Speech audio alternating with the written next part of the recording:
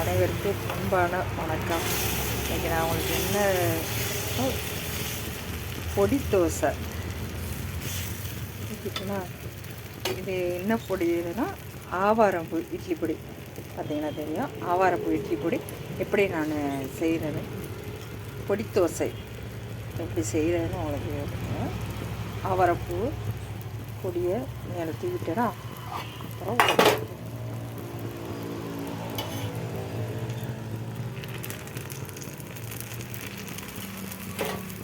அவ்வளோதாங்க. எங்கள்கிட்ட இட்லி 4 வகையான இட்லி பொடி, சட்னி பொடி, வடகம், சிறுதானிய சத்து மாவு,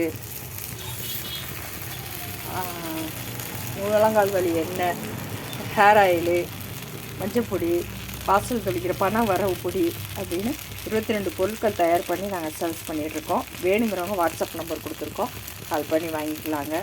நன்றிகள்.